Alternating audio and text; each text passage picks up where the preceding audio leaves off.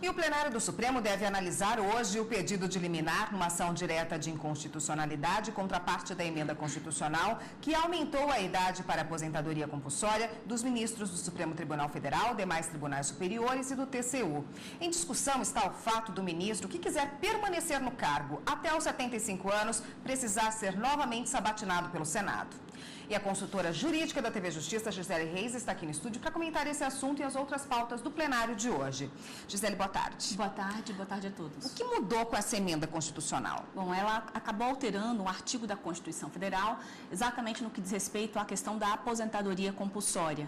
Então, as regras, elas valem, a redação da emenda constitucional 88, que é de 2015, inclusive que já começou a vigorar a partir da data da publicação, ela traz o seguinte, que a aposentadoria compulsória para qualquer servidor público, ela passa a ser de 75 anos. No entanto, em relação aos ministros de tribunais superiores, do Supremo Tribunal Federal e do Tribunal de Contas da União, essa regra já passa a valer desde já. Em relação aos demais servidores, essa regra de 75 anos, ela só passa a ter incidência a partir da edição de uma lei complementar. Enquanto não existir essa lei complementar, então vai vigorar a regra dos 70 anos de idade. Em relação aos ministros, já começa a valer a regra dos 75 anos de idade. Então, essa emenda constitucional, além de alterar esse dispositivo da Constituição Federal, ele trouxe também uma alteração no ato das disposições constitucionais transitórias. E quando ele colocou essa situação dos ministros dos tribunais superiores, de que essa regra de 75 anos já tem aplicação imediata, condicionou essa aposentadoria às regras previstas no artigo 52 da Constituição Federal, que trata exatamente das atribuições do Senado Federal, entre elas a questão da aprovação e da submissão, e da escolha, na verdade, da aprovação da escolha daquele que é indicado como ministro do Supremo Tribunal Federal, e lá no artigo traz a questão da aprovação prévia mediante a questão da sabatina. Então, essa é a grande questão a ser debatida aqui no Supremo Tribunal Federal na sessão de hoje à tarde. E o que os ministros devem julgar em relação a esse tema hoje? Bom, hoje o que está previsto é um pedido de liminar, né? Essa ação ela foi ajuizada por 3 classes, né, de magistrados: a Associação dos Magistrados Brasileiros, a Associação Nacional dos Magistrados do Trabalho e também a Associação dos Juízes Federais. Então, o que se discute, o que essas associações, na verdade, questionam, é exatamente essa parte final, né, da emenda constitucional que acabou alterando um artigo do ato das disposições constitucionais transitórias, na parte em que diz a questão da submissão das regras do artigo 52, ou seja, o que eles temem é que seja dada essa interpretação de que, para aqueles ministros que desejam permanecer no cargo até 75 anos, que eles tenham efetivamente que passar por uma nova sabatina. Então, o pedido de liminar das associações é exatamente no sentido de que o Supremo Tribunal Federal suspenda essa parte final desse dispositivo que veio a ser alterado com a emenda constitucional 88, ou até mesmo, se for o caso, todo o dispositivo. Então, o que eles não querem é exatamente que seja dada essa interpretação.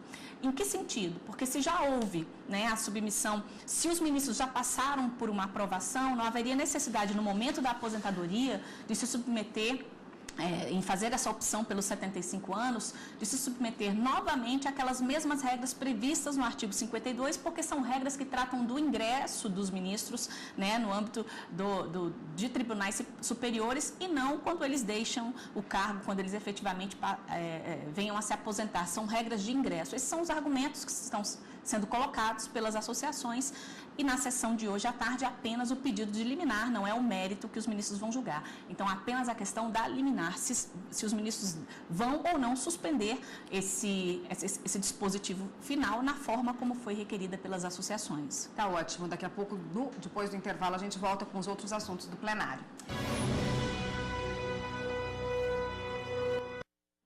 O Supremo Tribunal Federal, também nesta tarde, deve concluir a análise do julgamento que irá definir se mantém ou não decisão do ministro Luiz Roberto Barroso na arguição de descumprimento de preceito fundamental contra a alteração das regras do FIES, o financiamento estudantil, pelo Ministério da Educação.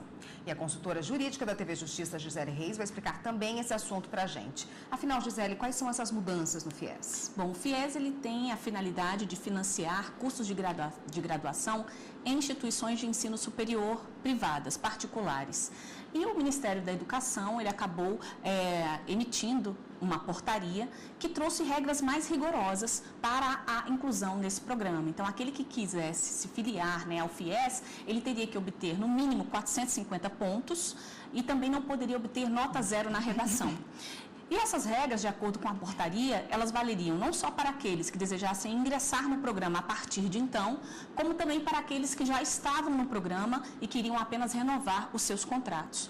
Então, foi dentro desse panorama que essas regras acabaram trazendo critérios mais rigorosos no que diz respeito à participação daqueles que desejam efetivamente aderirem ao FIES. Então, estabeleceu, além do ponto mínimo de 450 pontos, a questão de não ter a possibilidade de nota 0 na redação. E qual foi a decisão do ministro, em que sentido foi a decisão do ministro Luiz Roberto Barroso? O ministro Luiz Roberto Barroso, ele que é o relator dessa arguição de descumprimento de preceito fundamental, ele, assim que tomou conhecimento dessa arguição, ele acabou concedendo em parte a liminar que havia sido requerida pelo Partido Socialista Brasileiro. O que o partido queria era exatamente que essas regras não viessem, essas novas regras, não viessem a ser aplicadas para aqueles que já estavam, já faziam parte do financiamento e queriam apenas renovar os contratos. E o ministro Luiz Roberto Barroso concedeu em parte essa liminar, exatamente entendendo que essas novas regras, embora ele entenda que essas novas regras, elas não são regras abusivas, elas são regras razoáveis, mas são regras razoáveis que só devem incidir para aqueles que venham a ingressar no sistema. Então, aqueles que já estavam, usufruindo do financiamento estudantil, esses, de acordo com a decisão liminar do ministro Luiz Roberto Barroso, não ficariam submetidos a essas novas regras. Então, garantiu a manutenção das regras antigas para aqueles que já faziam parte do programa. E salientou também na decisão de que esses novos critérios estabelecidos pelo Ministério da Educação só teriam, então, incidência para aqueles que ainda não tivessem nenhum tipo de contrato no FIES e que iriam ainda ingressar no sistema. E como está o julgamento até agora? Esse caso, inclusive, ele já começou a ser julgado, né? O que os ministros vão, na verdade, avaliar na sessão de hoje é se confirmam ou não essa liminar que já foi deferida pelo ministro Luiz Roberto Barroso. Então, por enquanto, o ministro Luiz Roberto Barroso manteve a posição dele e ele foi acompanhado por mais 3 ministros. Ministro Teori Zavascki, ministra Rosa Weber e também o ministro Luiz Fux, todos esses aderiram à proposta da liminar que foi colocada pelo ministro Luiz Roberto Barroso. Então, esses 3 ministros, eles ratificam, eles confirmam a liminar que foi efetivamente já concedida pelo ministro Luiz Roberto Barroso. Houve um pedido de vista do ministro Dias Toffoli e o julgamento, então, deve ser retomado com a apresentação do voto vista do ministro Dias Toffoli. Bom, e na pauta de hoje também tem uma proposta de súmula vinculante. Qual o tema?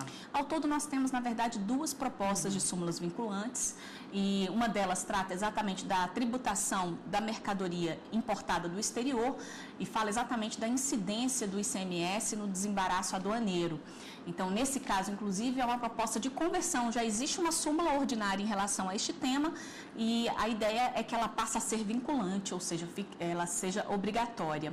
Uma outra proposta de súmula vinculante foi proposta pelo Conselho Federal da Ordem dos Advogados do Brasil e ela diz respeito a honorários advocatícios que venham a ser incluídos nas sentenças e o que eles pretendem, na verdade, o que o Conselho Federal da OAB pretende é que o Supremo fixe a tese de que esses honorários eles têm natureza alimentar e com a fixação dessa tese, isso acaba interferindo quando dá emissão de precatórios ou de requisição de pequeno valor, porque a partir do momento que essa natureza alimentar vier a ser reconhecida, isso gerará automaticamente o direito de preferência na expedição desses 2 instrumentos que eu acabei de mencionar.